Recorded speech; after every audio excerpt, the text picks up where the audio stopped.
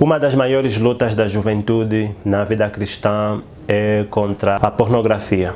Eu sei disso porque trabalho com jovens e o problema é sempre o mesmo. Eles vêm hoje, se arrependem, acabam ficando no máximo 2 semanas sem ver e vêm novamente e acabam se sentindo frustrados porque não estão a conseguir se ver livres desse mal nas suas próprias vidas. Eu não quero tratar o assunto de forma leviana, mas eu gostaria de compartilhar 2 versículos com você para fortalecer o seu coração, para te motivar a continuar a lutar, porque você não precisa perder essa batalha, você é um guerreiro, você precisa se levantar e ser vencedor sobre todas essas coisas.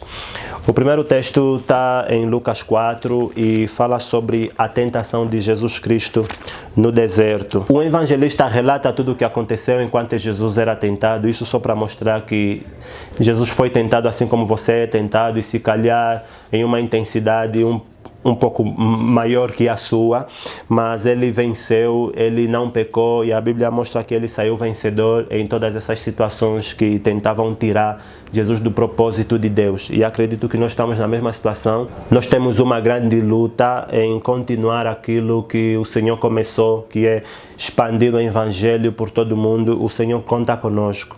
E muitas pessoas que eu vejo estão sendo dominadas por esse mal, são líderes, fazem parte da liderança de uma igreja, são pais, são senhores de família, e isso tem destruído não só o ministério, mas a família e a vida.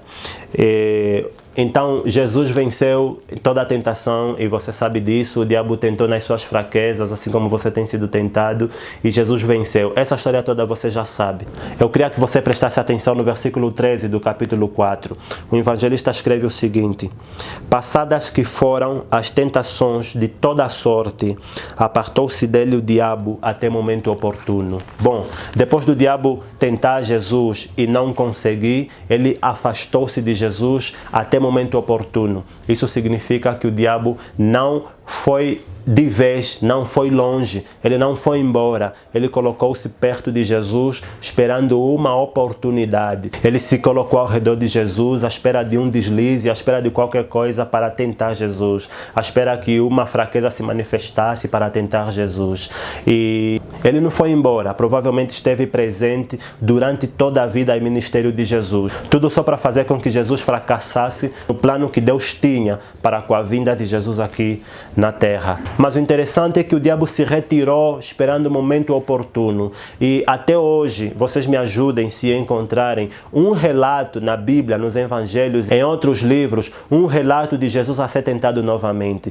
Eu não encontrei novamente Jesus a ser tentado. Uma outra situação que eu vejo é Jesus no deserto, no jardim do Getsemane, a orar para que Deus afaste dele o cálice. Mas eu não acredito que aquilo era uma tentação do diabo para com Jesus Cristo. Acredito que aquilo fazia parte da humanidade de Jesus Cristo. Ele foi como eu e você e tinha medo diante da morte e de todo o sofrimento que aquele evento causaria na sua vida. Então, se a Bíblia não relata mais nenhum episódio em que Jesus está a ser tentado, isso na nossa compreensão significa que Jesus viveu de tal maneira a não deixar abertura para que o diabo pudesse tentar novamente. Assim precisa ser a nossa vida. Nós precisamos viver de tal maneira a não dar abertura para que o diabo nos tente, principalmente na área que nós já identificamos que é a nossa fraqueza.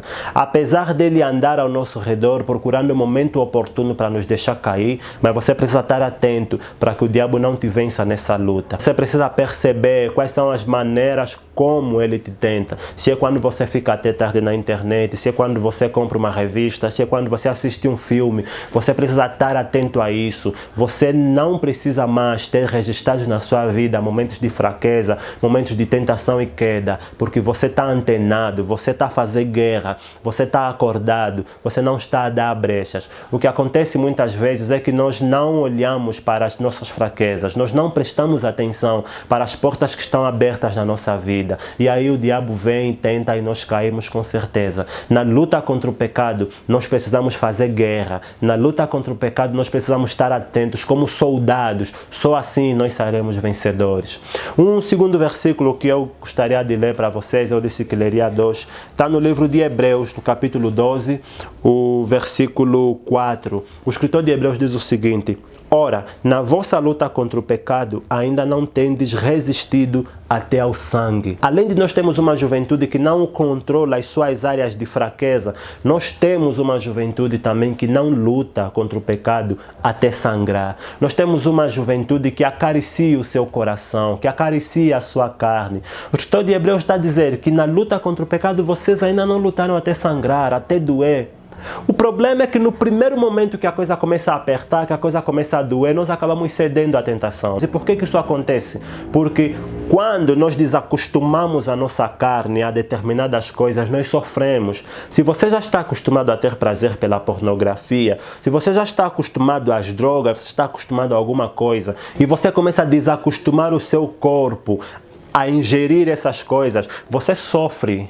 Nos primeiros dias você vai ter um impulso muito grande para fazer aquelas coisas, mas você precisa resistir até o fim, você precisa resistir e sangrar se preciso, porque a sua vida em Deus é mais preciosa, a sua vida em Jesus Cristo é mais preciosa. Você precisa ter Deus como seu tudo, você precisa ter Deus dentro do seu coração para resistir todas essas coisas. Então, meu irmão, são esses dois versículos que eu queria compartilhar com vocês, o primeiro em Lucas 4:13 e o segundo em Hebreus 12:4. Medite neles e que o Espírito Santo possa falar bem mais com você do que eu falei aqui nesse pequeno vídeo. Que o Senhor te abençoe.